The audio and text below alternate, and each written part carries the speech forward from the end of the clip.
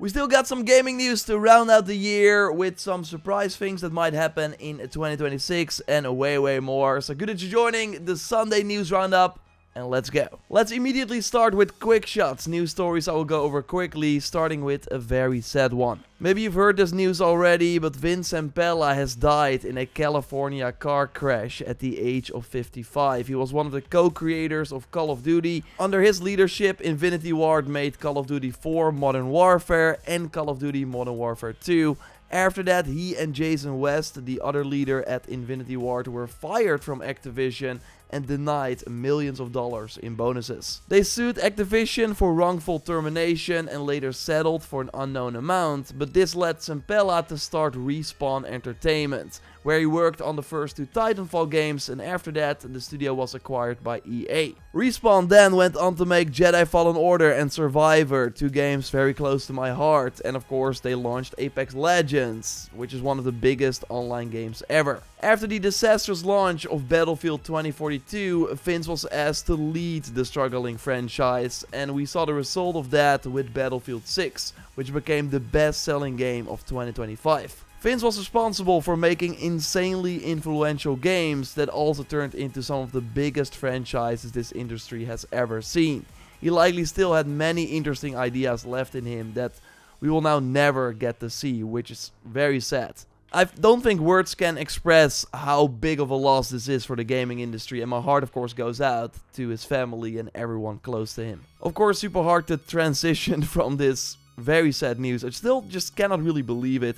But yeah, we're going to shift to lighter news now. Just before the end of the year, 007 First Light has been delayed by 2 months from March 27th to May 27th, 2026. In a post on Twitter, the developers noted that the game is progressing well and fully playable from beginning to end, and that these additional 2 months will allow them to further polish and refine the experience to deliver the strongest possible version at launch. This is really the Grand Theft Auto effect on display here. GTA 6 was originally planned for May, so then IO Interactive picked the March release date for this James Bond title, but now that GTA 6 is set for November, they can take these extra 2 months to make 007 even better. Like especially the frame drops in the airplane scenes shown during the State of Play demo needed work, and from the conversations I've had, it also feels like the whole outfit system is coming together pretty late. So this extra time will likely help them properly implement everything. We will see more of the game in early 2026, and I'll of course keep you posted here. Let me know your hype level in the comments down below.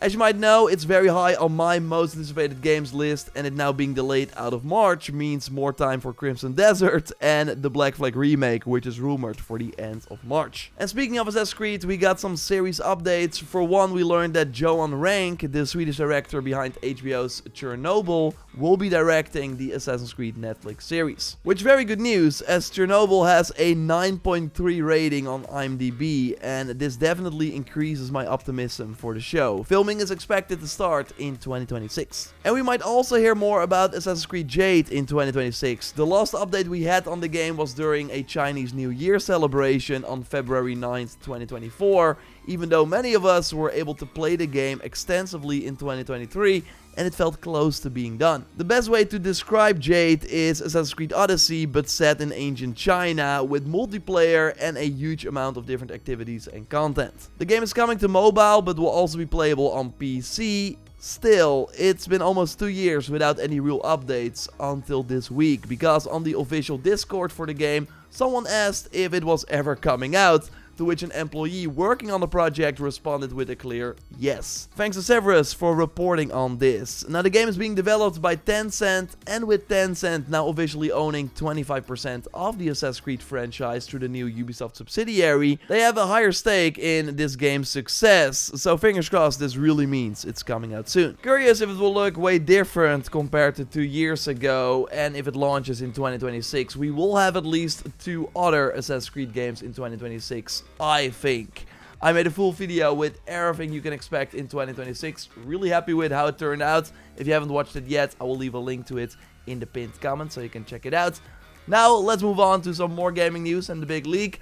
Of course, leave a like, that would really help me out. And subscribe, because we post one of these big gaming news roundup videos every Sunday. So I saw quite some discussion this week regarding a new job listing for a senior software engineer at Avalanche, the studio behind Hogwarts Legacy. The listing notes that they are working on a new online multiplayer RPG, and this role would involve building backend services, including player data persistence, matchmaking, lobbies, and server infrastructure. Now, what a lot of people reporting on this news seem to forget is that back in March 2025, we already saw Warner Brothers looking for an executive producer and game director for a high-quality online multiplayer RPG from concept to launch and beyond. So this was also at Avalanche Software, meaning that in early 2025, this project was clearly still in the very early stage. Meanwhile, Hogwarts Legacy itself released in early 2023, and since then that core development team has already been working on the sequel. Combine this with the fact that Jason Schreier from Bloomberg has stated that Hogwarts Legacy 2 is not going to be a games as a service,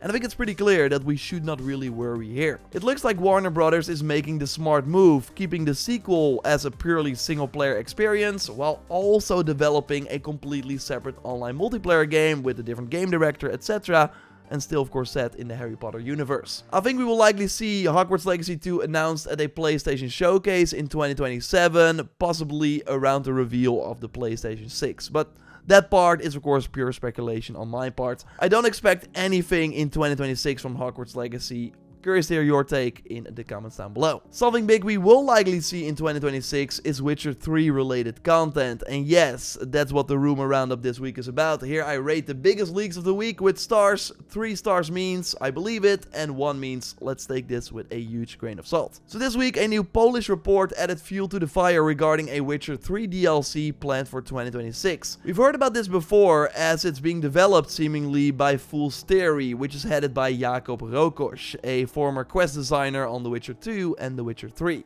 They're also currently working on The Witcher 1 remake. So now we have a new report from the Polish press talking about the fact that a paid Witcher 3 DLC is expected in May 2026, potentially focused on Ciri to better set up The Witcher 4. This could also nicely line up with the cross-platform mod update for PS5, Xbox Series and PC that CD Projekt Red has already confirmed but was delayed to 2026. Maybe to coincide with this expansion.